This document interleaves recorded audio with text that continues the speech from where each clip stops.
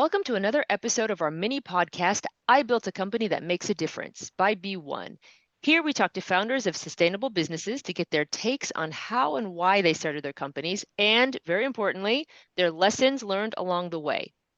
Today, my guest is Crystal Wiebe, the founder of Beer Paws, a company that makes and sells a really unique set of products that celebrates the love of good time with good dogs. At the core of their offering is biscuits and beer for dogs, which she'll tell us more about, and I'm looking forward to hearing more about. Crystal, I understand that you started the company selling a glow-in-the-dark bottle opener that can be attached to a dog collar, and that you've grown massively since then. Thank you so much for joining us today. I can't wait to hear more about your entrepreneurship journey and yourself. Awesome. Well, hey, thanks again so much for having me on the show today. This is really exciting, and yeah, to answer that initial little mini question, I did start the brand in 2013 with a bottle opener that originally didn't glow in the dark. But one of the cool things about it is that I was able to source it from like an energy efficient woman owned company that's based in Chicago, and I knew that I couldn't make my own bottle opener at that point, so I was really excited when I found that particular possibility. And that's officially what a beer paw is, but then it grew into a whole lot of other things since then. So Awesome. Okay, so let's back up because we yeah. all want to know about you before you started your company. Just tell us about yourself, your background. Sure. So I'm originally from Nebraska, grew up there, and ended up in Kansas City early in my career. My first career was in journalism, writing a lot about rock and roll, going out, having a good time, throwing back a few beers, of course. And then I moved out of journalism into copywriting, and I was working for a division of Staples, actually focused on the promotional products part of the business.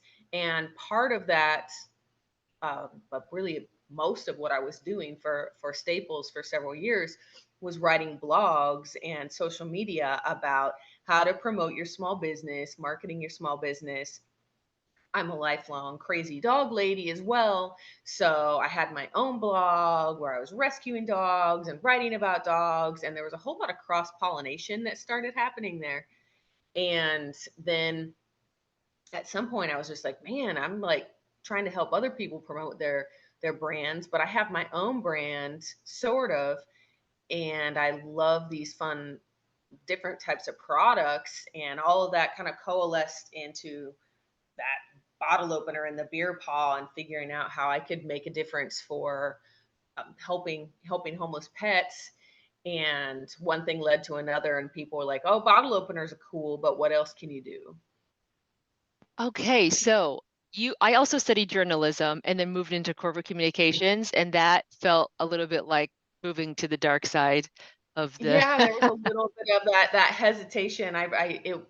It's interesting looking back how I was excited to like have a kind of a proper big girl job in one sense, but also like, oh man, I never imagined myself in this traditional 9 to 5 kind of setting, because journalism is a little more loosey goosey, or at least it was Right.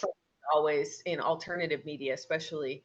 Um, but now, and I could very much see as I was going through it too, now I really credit that corporate communications gig with, I learned so much, and for setting me up to be doing my own business. I don't think I could have done it without it, and it's weird. So I have those same kind of like weird feelings about it. But the man, I met so many amazing people, and I just, my eyes were opened.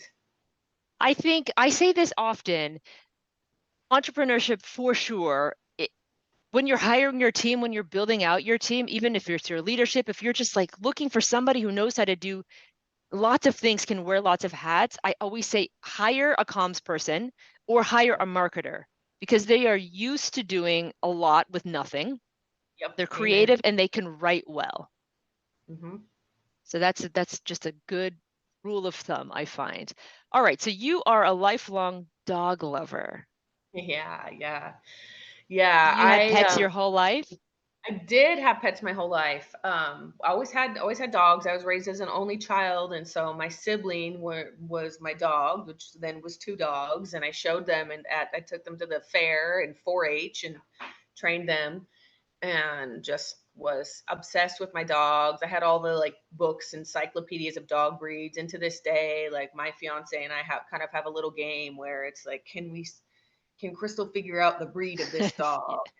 They're starting to develop more that I get stumped more than I would like to admit these days, but I'm still like darn good at it. And last night with my son, I stayed up late watching something on Netflix about the muster dogs, these like kelpies in Australia that are being raised, and there's a competition to see if they can which of the 5 baby kelpies is going to grow up to be the best muster dog. That's hilarious. All right, so this is definitely and definitively your passion. What was going on in your life and in your mind and in your ambitions when you were like, all right, let's, did you quit your corporate job and you were like, okay, I'm just all in on this other project? How did that come about? It was in tandem for quite a while, because what was kind of cool is that I was able to kind of sell my brand to corporate as a way, to kind of be talk the talk and not and walk the walk, so to Right. speak, because I was out there writing all this like advice for marketing and small businesses, and I was like, well, that's all fine to just like say all this advice, but here I'm actually going to apply some of the stuff that we're telling our customers to do. So it gave me more authority, and so that allowed me as the blogger and social media person to really, I mean, I think they like that for the most part, and I found a lot of support for my brand within within my corporate job. But at some point, it just became my passion for Beer Paws overcame my ability to like want to go to work every day. And what was really a blessing is that once I got to that point, my company was they were open to me kind of staying on board. So I was able to go half time,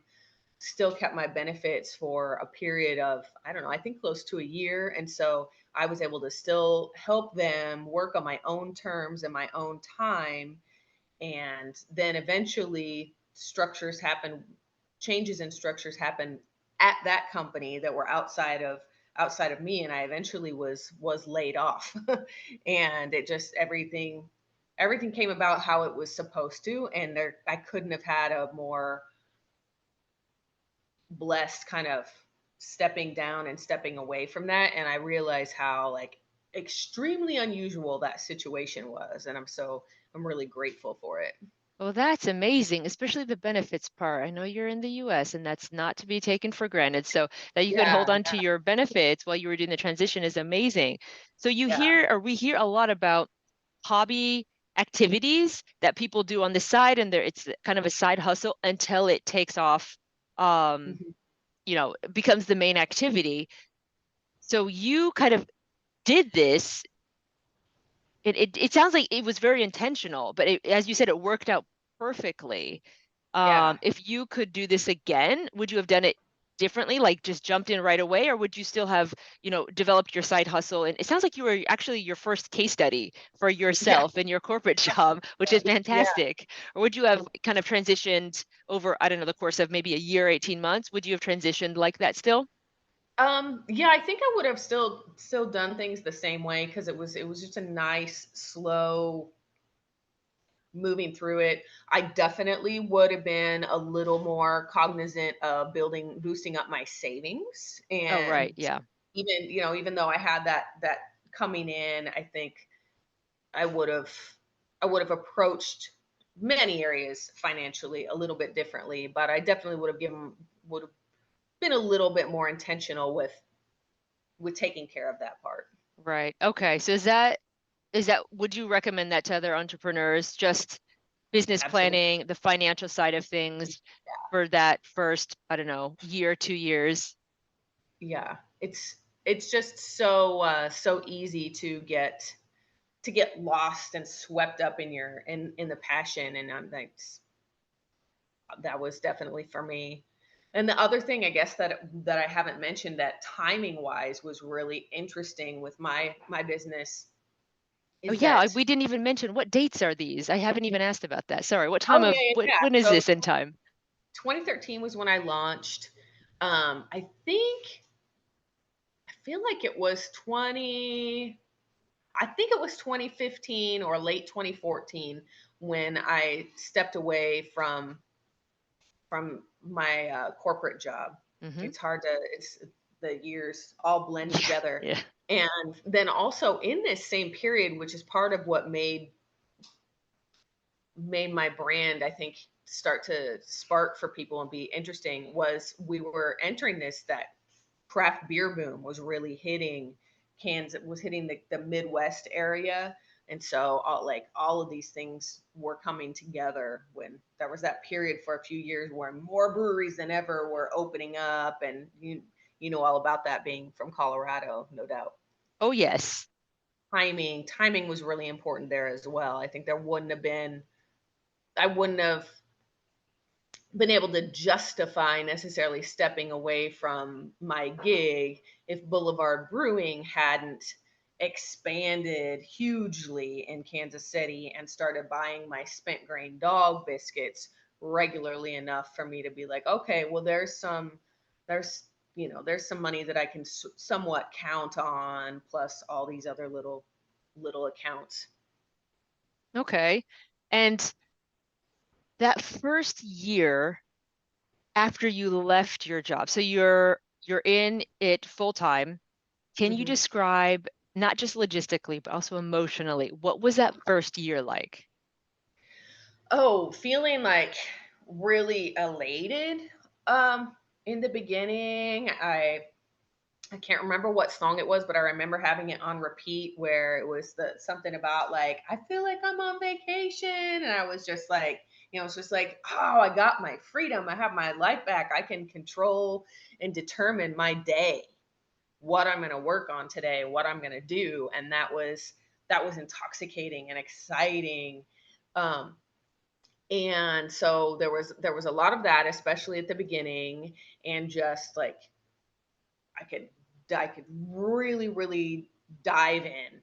And I ended up we stayed my production stayed in my house for the longest time. Well, conveniently, a brewery popped up directly across the street, so that was helpful for from a production standpoint. But yeah, we stayed in my Across house. the And so street, that could not have been more handy. I know, there's looking back, there are so many things like that in the story that are just crazy. But yeah, but in that first year, my house completely transformed as we ended up with 4 commercial ovens, and all of my couch ended up on the curb. Everything transformed. I had a bedroom upstairs, and everything else was owned. The space was taken over by the company. And so that period was really, yeah, exciting, and of course scary too, not having that 20 hours a week I was doing for corporate anymore meant I had to make all of the money to keep the lights on, etc. And that's that's that's the pressure that we're not used to when we're coming from a salaried position or a steady hourly gig. And so that led to a bit of like franticness, I think, and stacking up events Hmm. to where to sell the products. And so I think sometimes looking back for me, I think my like it was hard to it was hard to pull back and work on the business Hmm. on it instead of in it, which I'm Hmm. hear people talking about a lot. Okay, that's super interesting. So, one, I just have a question about your general, like how distribution channels for that first year. But the second part of that question is now, 10 years on, or almost 10 years on, knowing what you know now about running this business, what would you have done differently or the same in that first year? As an entrepreneur myself, there are times when you just have to lean into the elation, when you're just like, oh my gosh, there's something to celebrate, or I feel this unbridled joy. I just have to go with it while it's here because it's going to be flipping hard in just a second. So let me hold on to this. But so that's kind of a two-parter question. One, about distribution channels in that first year, but two, what might you have done differently or exactly the same that first year? So distribution channels kind of remained somewhat the same for a long time, and really to this day. Right now, it's everything is still self-distributed, and we were, I had helpers coming in to squeeze out dog biscuits by hand and pack them up into little bags and try to put them in a remember to keep them on a high enough shelf that my crazy little dogs at the time wouldn't come in and like eat them all, which happened a lot. But yeah, just packing them up in the boxes. And sometimes I'd if they were like local deliveries, I was making those myself, and then we would ship them out. I built my business on the Shopify platform, so I've always used the Shopify shipping. I did work with a 3PL for a little while, but I think I was a little early in my need for that, because I had my own warehouse, my house warehouse. Right. um, and but over time, then I ended up getting more wholesale, getting onto more wholesale portals and wholesale distribution channels. But primarily, everything is still being touched by an extension of me. I'm hoping that's going to have to change here in the next few months, and so I'm actively like shopping and comparing service providers, because my company is still small, and so we're still a little on the small side for a lot of them for it to make sense. So trying to drive up that volume. And then for the second part of your question, kind of what would I do differently in that first year? I do think that I was a big part of how things came about, and we really marketed them. We're using spent grains from specific breweries, and that got a little difficult to manage. But in the beginning there, I was really like, I had this vision and I was really vigilant, and we wanted to work with the breweries in that very specific way. But that was really challenging when you're starting to work with breweries outside of the regional area, and how do you be authentic and work a few of their spent grains into the mix. And so that was a lot. Like, a shift happened later where it's like, okay, these are dog treats that are made with spent grains, full, period. Mm-hmm. Mm-hmm. They were made this, maybe there's a sticker on it that says this was produced especially for XYZ brewery, Mm-hmm. without that promise that's just unsustainable to try and fulfill, if that makes Yeah. sense. Yeah. Okay. And today, because you've expanded your offering a lot, there's a lot on your website. Explain, what is the business offer today? Where is it grown into? Yeah, yeah, yeah. So so today, the core of celebrating good times with good dogs, I think that mission statement is still very, very much real.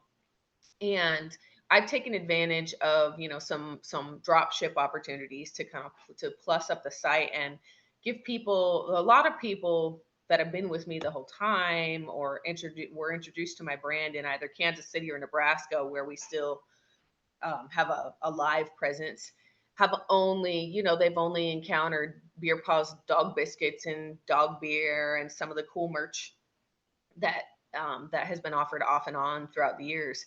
But through being in the pet industry for 10 years, and also having that other foot in the craft beer world, there's a lot of cool stuff out there that I felt like my customers could really benefit from or just enjoy.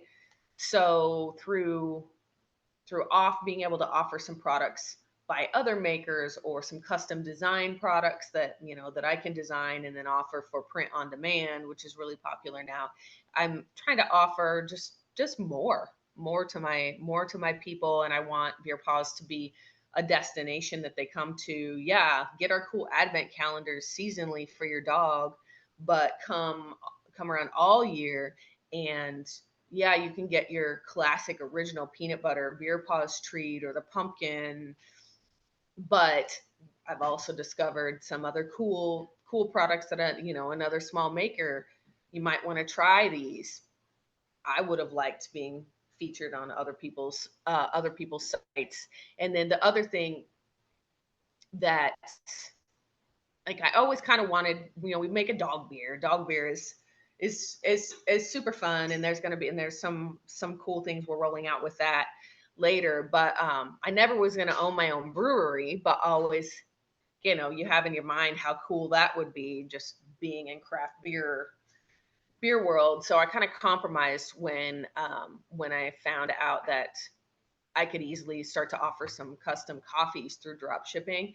And so I was finally able to offer a brew for humans. And so that's been a fun thing to do, and also an easy way to very quickly turn around a custom package that can benefit a worthy cause, be something that's co-branded, or just like, I stepped right up with the Maui stuff, and we're not raising tons and tons of money for it, but I was able, because of this easy plug into my Shopify site, I was able to do a custom bag and give 100% profits of this one bag to the Maui Humane Society, which is something I felt really strongly about. And I love that now, 10 years down the road, stuff like that is so much easier, and giving back in general is so much easier. I remember when I started trying to sort out and figure out, okay, how are we going to work out giving to these causes that I care about, different nonprofit organizations, how I want to support shelters in Nebraska,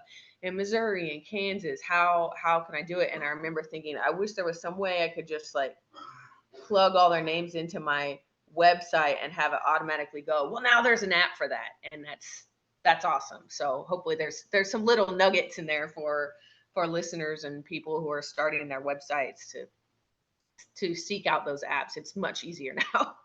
Absolutely. That's a lot of really good advice there. So a couple things. One, I don't know if this made it onto the recording, because you and I were chatting earlier. You've relocated from the Midwest and you're now in Hawaii. Yes. Yes. Yeah. Okay. And you've been there for 3 years, right? Yeah, going on 3 years, which is crazy. It was just it's something that I always wanted to be here. I'd visited the islands a fair amount when I was growing up, because my mom was a travel agent, and we could make that happen through the perks. And really, fell in love with the islands, and tried to come back as much as I could as an adult, which was, not as often as you'd like. But brought my fiance around his 40th birthday, and he also kind of fell in love with the islands. And then, once again, just like I mean, everyone's story has these moments, but a lot of things fell into place. We were working towards moving to Hawaii and starting to put all those pieces in place. I moved my business finally out of my house and into a shared space with another bakery, so that we could start to unload. And then the pandemic happened, and that dried up all of the events, of course. So anyone who Right. depended on selling at beer festivals or concerts or whatever was kind of out of work. And so that forced that online shift really hard that I had been needing to do for my business. But that shifted me into like, well, I really need to just be working this business a little bit differently. And then I became pregnant with my son, and everything kind of, we're like, okay, this is the time to do the thing that we really want to do. And that's how I ended up here, fulfilling another lifelong dream. That's amazing. Okay. Yeah. So COVID, I hear this a lot from brick and mortar retailers who are like, COVID, we had no choice. We shifted hard. We pivot like everybody, right? Everybody pivoted hard online. And and ultimately for those who were able to claw their way out of the other side of COVID, it has turned into something that was great. A lot Yeah. of folks that we talk to, are restaurants. Oh, Things where, of course, pivoting online and delivery, that makes sense if you right. can do it quickly. Otherwise, Yes. it's just like you've got this space that's not being used, and you can't take risks with having your staff come back and forth. And so yeah, the folks that we talk to, the retailers, the merchants who survived COVID, shifted online hard, as you said, just a hard left Yep. onto e-commerce, and it's What else driven to their do? business. Yeah. Yeah, all right. So you talked a bit about your customer offering and expanding that over the years by partnering with a bunch of other creators and merchants, etc. Yeah. What is a typical, if there is a typical, or maybe there are a couple different use cases or target audience, target customers? What are those target customers for Beer Paws? So we're definitely with between the craft beer and the dog mommery. Mm-hmm. lots of lots of millennials that the dog their dog is their baby, picking up a few more Gen Z, and then also it skews a little bit older as well. Um, so I think I'm finding that a lot of my, as I shifted into having human babies of my own, my ideal and target customers no longer look exactly like me, which is fun and fine, and I love it. But definitely, we definitely skew more female, which is not surprising given we're in the pet industry and everything. But it's always been kind of a masculine brand, and Uh-huh. so I do have a little bit stronger male presence, I think, than I would otherwise. And the products are often bought for men and men's dogs. Okay. All right. Because as soon as I saw your set, I was like, this is perfect for gifts. I think I watched a video of you talking about um like dog events or pet events that you do a Mhm. lot of work for. And I was like, that's exactly what I was thinking. It just screams that. Birthday Oh, parties and other events. yeah. Is Happy this, yeah, yeah, happy hours. Is this still a large part of your distribution? Yes, yes. A lot of from a wholesale perspective too. A lot of stores will order the products to have a special event, and to that end, I'm just starting to really push like a newer product that we're doing. I'm trying to get away as much as I can from shipping liquid. It's Mm, expensive. mm-hmm, It's it can be problematic, and so we're shifting into offering our beer in a homebrew style. And mm-hmm. so for especially for those events, those doggy birthday parties or in-store events, I offer like a little mini keg, and then enough of the homebrew mix that's really easy. Pretty much add water and mix it up, and then you have the doggy beer, and it's so cool. And you're also seeing a rise right now, like they're opening just like craft breweries were for a while, but dog bars. So Oh, I love that idea. dog parks with food and beer and everything, like in Kansas City where my brand originated. It was really kind of a hub for that. We have an amazing dog bar there that is now going to be expanding into, I think, over 100 locations, and it's like the coolest one of the coolest ones in the nation, and one of the first ones proper dog bars in the nation. And so it's neat. Now they're opening up everywhere. My inbox and Facebook feed is exploding with that. So That's very there's cool. a lot of fun stuff. People want to take their dogs with them. They want their dog. Your dog is an extension of you. It's your little family member, and they want to share. We want to share with our pets every experience, I think. Yeah. Yeah, that's very true. So how did you get into your first um retailer? Like, was it a grocery store, a pet shop? How did you navigate that first? relationship? So I had to think for a minute. I was like, who was the first? And I believe that grew out of going to pet exhibiting at a pet expo in Lincoln, Nebraska. And man, that's going back, and those were the days. Setting up at my very first big event, nervous as heck. And I think we were set up right next door or near to like a pet spa, doggy wash. And we just all kind of got to talking and vendor to vendor, and they thought what I was doing was really cool and unique, and wanted to know how they could make an order. And I don't think I had even really thought all the way through how things would be in stores, but I was ready to do it because we already had stickers on there indicating a couple of the breweries that I'd started working with, because I coming from that promotional products area, Uh-huh. I knew always that there was going to be an opportunity for the treats to be a promotional item in breweries. Right. So yeah, it was person to person, Very and then organic. yeah, yes, it's been super organic all the way around in my company, and that's made it a little bit of a challenge for me to take things to figure out how to scale in a non-organic way, because I'm just an organic person. That makes sense. Um, what are all of the countries? So I'm based here in London. So when I logged on, I was like, oh, they ship to the UK. Where all do you ship to? So we can, depending on how the order comes through, and if Shopify will allow it, or if it's on the wholesale side of things, if it comes through fair, generally we can get it there. Predominantly though, it's still really a US Hmm. company, where we're shipping really within the United States and a little bit more to Canada these days. Right. We've sent some things around into the Caribbean.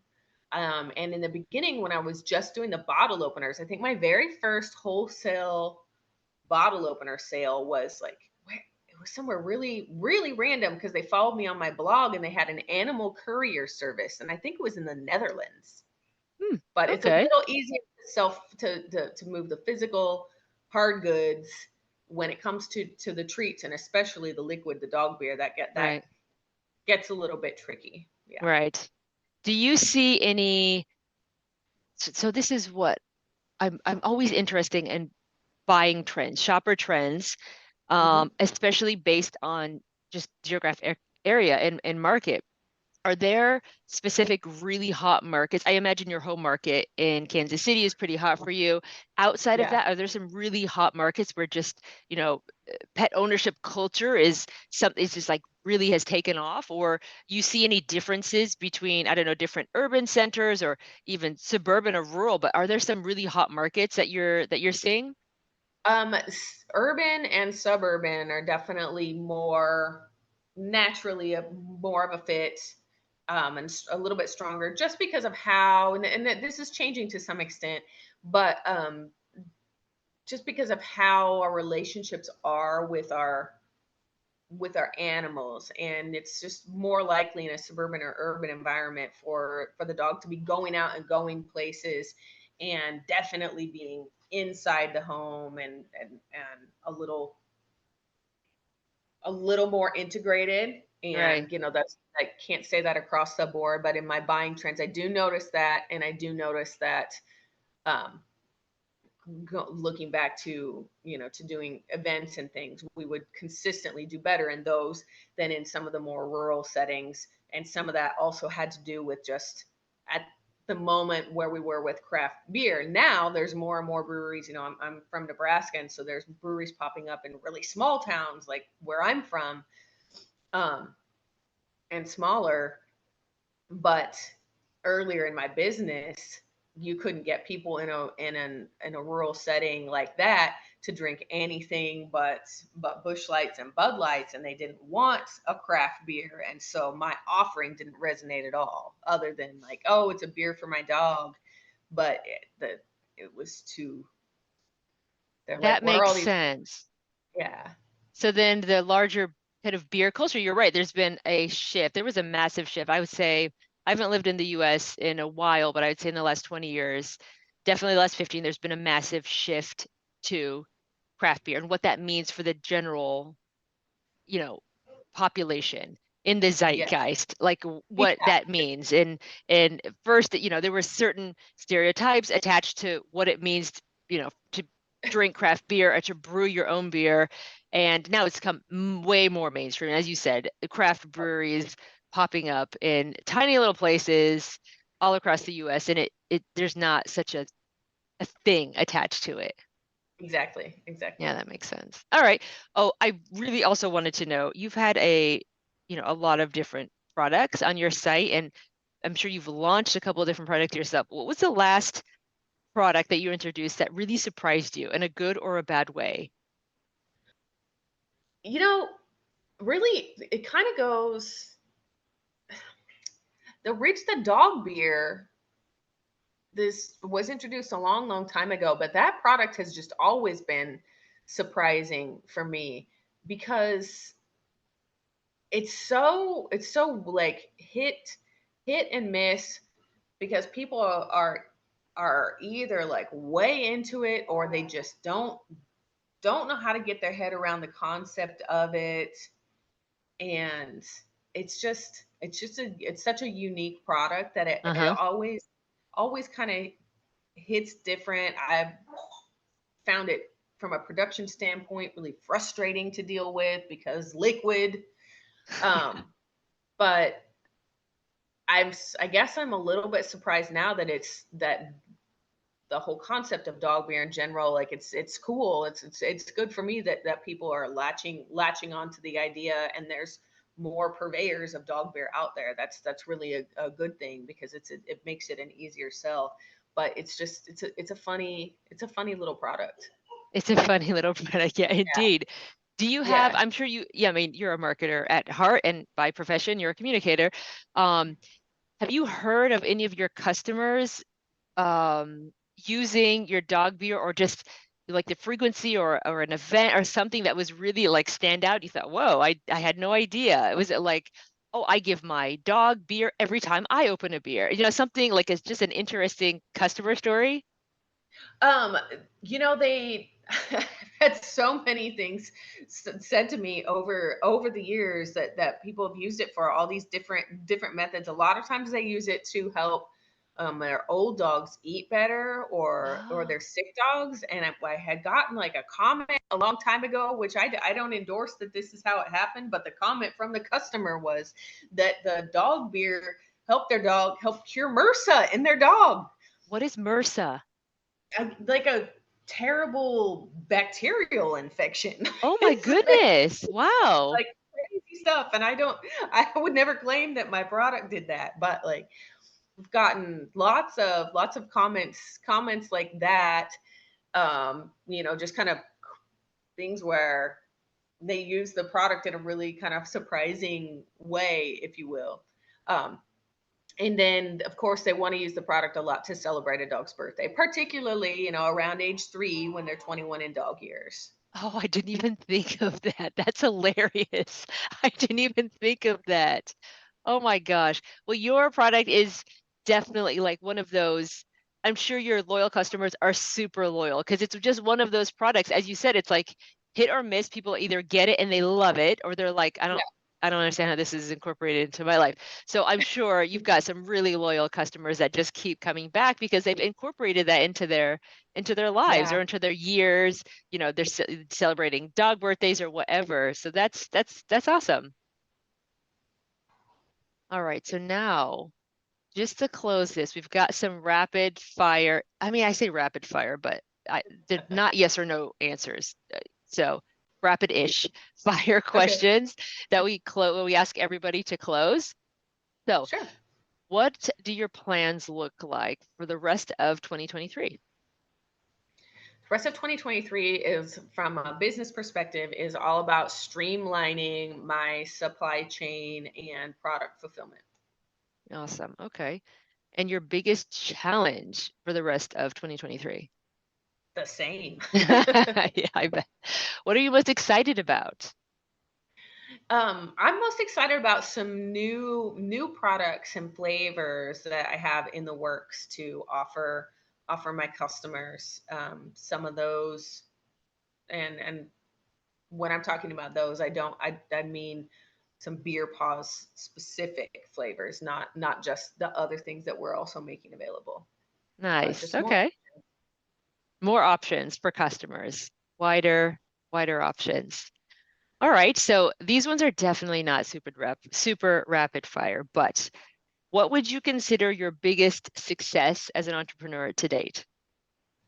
Oh, to date, that's you know being able, although it's not always been easy or smooth, but being able as an entrepreneur to uproot myself from the place where I started this enterprise and to really live that dream of being able to leave that place, keep my business going, and fulfill my dream of living in Hawaii and still have my machine working. I mean, that's the idea, right? We build the machine and try to replace ourselves at every step of the way so that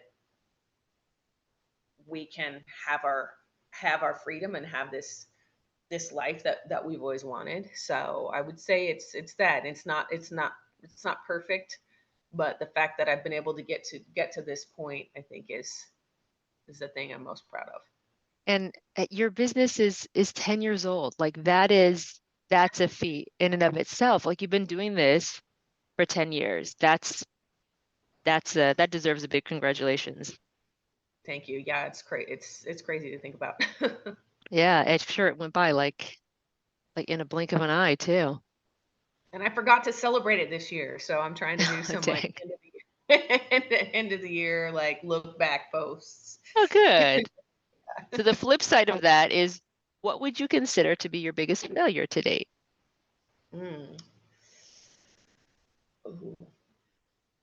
Honestly, it's just not slowing down enough to breathe and tamp tamp my passion and my excitement a little bit so that I some decisions for how I spent money, I would go back and breathe a little bit and make sure that those were the right decisions for the business long term. Now, you can't always you can't see the future, but I think there are some processes that ways of thinking about things that I have now 10 years in that I just didn't have in year one, two, three, even five.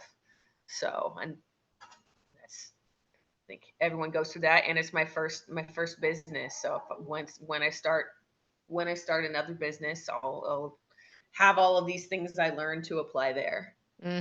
That's something that comes up a lot on the conversations in the conversations that we have is some form of, my gosh, I didn't appreciate until now, kind of year 10, year 3, whatever it is, that how close to burnout you can get running your Yeah. own business, whether it is, as you said, because your passion just fuels you all of the time, or necessity, or a combination, like all of the above.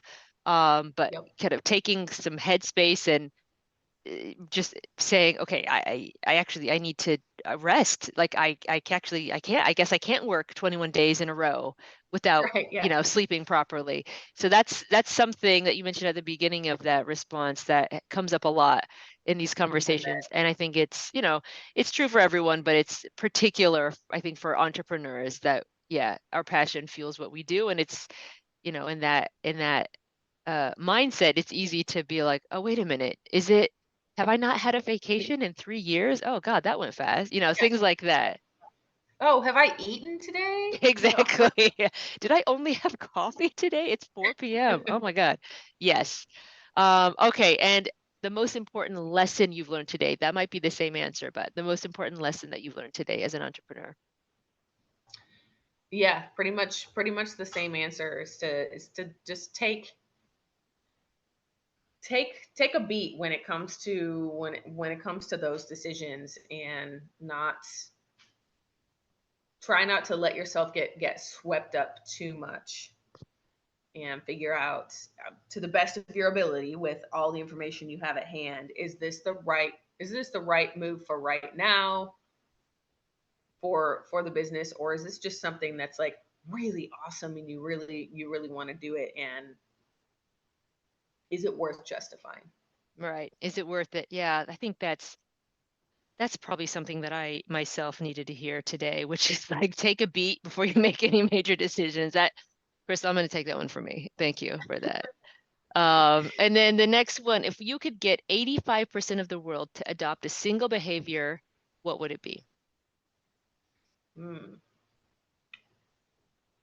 that is that's a tough one. That's a really tough one. I guess just like in general, being more mindful about how you're using, how we're using resources. I mean, is the water running and running and running and running? What are the, anything like that? I try to be, and living in Hawaii gives us a little bit of a different perspective on things. And where I am particularly, we don't have to worry too much about water specifically. That's a bad example because we have generally lots and lots of rain, and we rely upon the rain, but that has given me, made me living closer to it,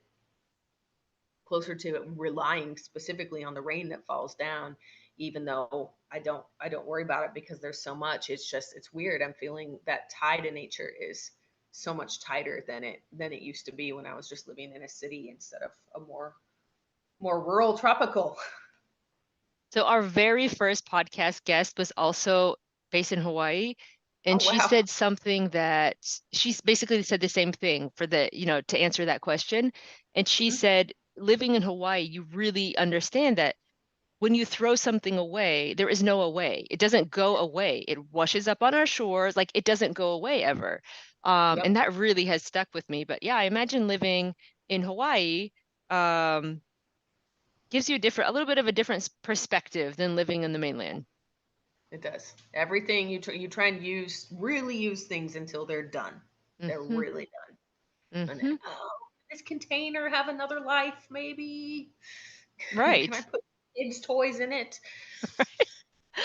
And then plug your where we can find you on socials, on the World Wide Web. That's a little bit showing my age, but yeah, online, social media. Where can we find you? All the usual places. Facebook, it's just facebook.com/beer paws. Same on Instagram. And I just joined that new threads thing showing my age. I'm like, what is this? So I'm on threads now.